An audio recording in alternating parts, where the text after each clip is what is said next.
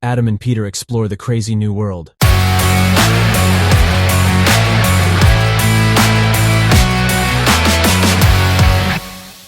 Adam, my friend, I can see you. It's really tough for you to hide your emotions and to you have something to show, something crazy and great, I understand. And it's really visible that you kind of almost burst to give me the new thing like a big present. So what is it? I just yesterday discovered a new tool, and I was in love with this new tool. So it replaced like a bunch of other tools for me instantly. And it's another of these tools that instantly became like the constantly open tab in my browser. And I'm not even gonna start with this, because to make it even more exciting for you, I'm gonna start with some smaller news that I discovered in the last 7 days. So just 7 days, and the world of AI is moving even faster. So it's exploding. It's really difficult to keep track with all the new things that come on the planet. To me, it looks like, there is this coming explosion. I think that's the right word in English, when they were like the asteroid hitting Earth, and all life was kind of extinguished, and all of that in a sudden bomb, new life forms just exploded like nothing. To me, it looks a bit like this. It is unbelievable how much happens simultaneously. So what is it? Come on. And we want to see it. We want to hear it. What I want to start with is something that could be interesting in our business world. Peter, so you know what we keep telling people. So don't use ChatGPT in the business world, right? Because it's gonna, you are the product. You are not the user, you are a product. So this is basically what I keep telling people. If you use a free product, you are the product. So basically, when we use ChatGPT, we train this large language model to become even better. So there is this drawback of using ChatGPT, because whatever you put into it, it will be kept like forever. And there is a new feature. It's like a few days old. And if you click on the 3 dots here and click on settings. So you're in, just for everybody who cannot see it, Adam just opened, for the podcast folks, Adam opened the familiar window. If you haven't tried it out, go to openai.com, give yourself a user, go to ChatGPT, you find this prompting page, the left side, all your old chats, and there is this function where you can now switch something new on. Under your name, there is the 3 dots, and then it comes to something. What is it? Tell me. Exactly. In the settings of ChatGPT, now there is a new setting called data controls. And if you click on data control, it will show you chat history and training. So you basically can legally use ChatGPT from now on in your business environment. If you turn off like the chat history, it tells you that it's not gonna use whatever you put into ChatGPT to train the model, to train the model. So it's like making it legally okay for the business world. I see where you're going. There are maybe for all of those who cannot kind of see what he's been saying and maybe don't get the point immediately. So the thing is, and correct me if I'm wrong now, because I also was a bit concerned about this one. Some legal folks would tell you, if you use ChatGPT in the work environment, and you type in stuff like a contract of your company, where you say, please review this contract and see if there is a spelling error, the contract of your company, which would be under NDA, is now uploaded to ChatGPT in their memory. So by doing this, you would kind of share confidential stuff, or even other things which you are not allowed to give outside of the company boundaries by using the tool. It's not so much the question of the copyright the other way around. So if you get stuff from ChatGPT and use it for your own purpose, that's okay. But you share all you know with the animal. And now we have to believe that they really delete it and don't use it for training data. But I think this is legally right. I don't think they want to cheat us here. But that's... Yeah, it would be, I guess it would be dangerous to really trick the system. You basically lose your chat history. So it's a huge drawback. So you lose all these context questions that you ask to the ChatGPT. And well, what I recommend is to have like a corporate email account for ChatGPT with the chat history turned off, and maybe one for your private life where you keep the history turned on, where you can come back and ask follow-up questions about Yeah. things that you asked like last week. Yeah, or you just switch it on and off if you need. So this means if you switch this off, all that I've done so far will be deleted, or only the one that is now that I use now as next. What is happening? Look on the left-hand side. So if you'll see, it's grayed out, but it basically disappears. So it's not there. So it will be hidden for the time being, and when you turn it on again, it will You be keep back what you there. have. So So the idea would so then you'll be, keep okay, it. even if you don't have a second account, what you can do is, I'm now using this for doing some stuff which is company confidential, which I should not upload, and I switch this off, forget it immediately. After I've done it, I get my response from the chatty, and then I switch it back, and then everything is clean. That's what you're saying, basically. Yeah, so this is the first thing that I discovered, which Cool. is like 48 hours or 72 hours old. So Yeah. it's completely new and could be interesting for most of us working with ChatGPT into the business environment, which is Mhm. great. Great news. Cool. Absolutely. Okay, the next thing, if I asked you, Peter, to tell me what you think, how popular is ChatGPT compared to Bing and Bard, you probably wouldn't have an idea. Bard is like was created by Google, so it could be like that all the billions of people working behind Google, using Google, will be also using Bard. But then I found a chart on Google Trends showing how wrong I was. It's like 12 times more people use Mm. ChatGPT or browse or search for ChatGPT compared to Bard. So basically, no one is using the AI tool created by Google, and even compared to Bing, which is a huge search engine created by Microsoft. It's still like 10 times, ChatGPT is 10 times more popular right now, and ChatGPT is still growing. So maybe you can describe the chart, Peter.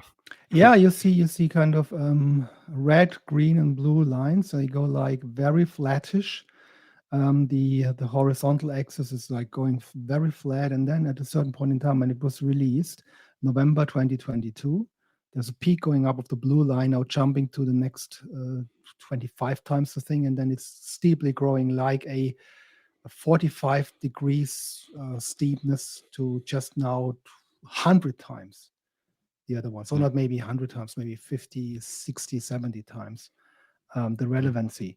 It means this is now the search terms, like how much people search around ChatGPT, or is it the usage, the actual usage and the prompt? What is it? No, to begin? it's how often people use Google to find these tools, and Okay. this basically correlates with the usage, because people Yeah. usually search for these tools whenever they don't know where to start. Not surprising to me, honestly. Really not surprising. Bing was not a very popular search engine. And even that this has ChatGPT 4 now in a certain version, the way how it's done, if you look on the sidebar thing when you go for Bing search and you have to pop up this sidebar window, on my large screen, it also feels like I want to drag it in the middle, which I can't. It's not, from usability, not really good. And also the whole hype about ChatGPT, that's not really surprising, but I find it interesting that Google shows, maybe to their own developers, popularity of the competitor, that they may be feeling this like a pain in the neck to do something about it. Yeah, well, Cool. and now drum roll. Drum roll. The tool that I discovered just yesterday and became like my go-to tool for almost everything in the world. So, surprisingly, it's a free tool created by Microsoft. Microsoft Designer. Microsoft Designer is something that was released like a few weeks ago for a small beta tester group, and just yesterday or few days ago, it was like released to the public. And I was thinking, like, what could it be? So what good thing can come from Microsoft? So I was Oh my God. skeptical. So this is just, we cut it out later. Okay, so it looks like you just open the page. I see designer, I see an empty white space on the left side. I see a few graphs on the right side, like try a prompt. To me, this looks a bit like a version where you type something in, like a prompt, and the headline reads like, describe the design you'd like to create. Okay, it looks like you can design stuff. I remember we just had a conversation this morning about using Canva for one of our projects. Canva is very popular. People know this, where you can create any kind of canvas images just very simply. And it seems like now kicking Canva out of the game, right? So tell me what it does. I immediately closed the Canva tab in my browser, so it instantly became my go-to tool for everything that I design. So it's something where you can basically tell this tool to combine ChatGPT with DALL-E and another tool to make it like a short video or even a short Instagram post. And additionally, you can use this tool to even send to Instagram, to LinkedIn. So you create a picture, you create the text on the picture, it will create the content, the text that you want to use on LinkedIn or on Instagram to advertise your post, and it will give you some hashtags and allow you to post from this tool on. So it's like crazy. It's crazy what is possible. Just to in slow motion. What you're saying is you type a prompt, and it does create an image somehow or a video. The image would then replace the Midjourney folks, and kind of don't need Midjourney. You go there and say, create an image about a whatever, a cone of ice cream, yeah, or a knight sitting on a cow. Strange stuff, yeah. You would create this one, and you say it does even more. It creates if it was a social blog on LinkedIn or so, it would even create a text and hashtags in combination. So you just give a prompt and it does the whole work for you. Or what? Or did I get it wrong? That's tell him to create an Instagram post, so it knows the size of the thing to be created and what you want to see on it. And I told this tool to create for the book that we are releasing right now, Peter. So create a post with post-its on it for LinkedIn and use this text on it. So imagine all these tools like DALL-E and Midjourney. It's impossible to put any text on it. And this tool will allow you to put your actual content on top of this picture. And additionally, Microsoft told TechCrunch, this huge website, American website, when they asked, what about copyright? You are allowed to post it on every single page without worries. So even this was done by Microsoft in this case. So it's for free. It will post things for you. It will create content. It will create short videos. Unbelievable. That's amazing. Now so you know why I was like, I can imagine, like, this. like a little, you should have seen him. For those who can watch the video, it's fine. For those listening to the podcast, you see a young boy like, I want to show you something. Wow, totally excited and amazing. Yeah, really, I can get it. I tried out right after we closed the session. I go to the tool and try it out myself. So anything you would want, we need to put into the notes down there. Link maybe to it, or I will share all the 3 links that we showed today. So like the trends and an explanation how to turn off the chat history, and especially the Microsoft Designer, which is free in this pre-release phase, but will be part of the Microsoft 365 package at some point. But right now it's like the most versatile tool that I found. So it's crazy. So you can quickly tell him. So it's going to ask you, what is the main goal of this post? And I have chosen like increase sales or bookings. Since we want to sell our book, you can also choose other things like raise awareness, get more engagement, or build your community.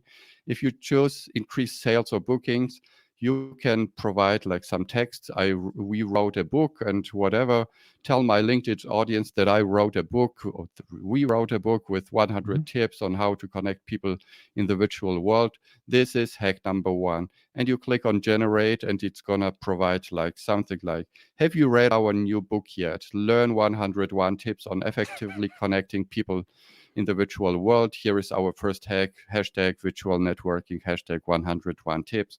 And now you can publish to LinkedIn. Crazy. Maybe, bum. Really, Adam, normally we both come with something new. I have nothing that compares to this at all today to share. Maybe next week. Now you raised the bar to a level that's just really. But this also gives us a glimpse of what the future of work looks like. We all talk about future of work, and there are all the HR folks debating endlessly since years, or for years now, what is the future of work? I tell you, the future of work is what you see here. They will have in the office suite, like, create the next PowerPoint presentation for me for the board meeting, 25 slides. This is the topic, corporate visions, blah, blah. Done. Okay, so next week I'm gonna show you how I used one of the AI tools to create a 20-slide presentation for my last week's keynote speech in just 1 minute. So maybe this is something that I should show next week. Wow. I'm blown away. Hopefully everybody else as well. So let's see what you find for next week. And as I said, the bar is raised pretty high. So I'm not sure if I can trump that one. Maybe yes, maybe not. But this was really enlightening and eye-opening. Thank you, Adam, for sharing.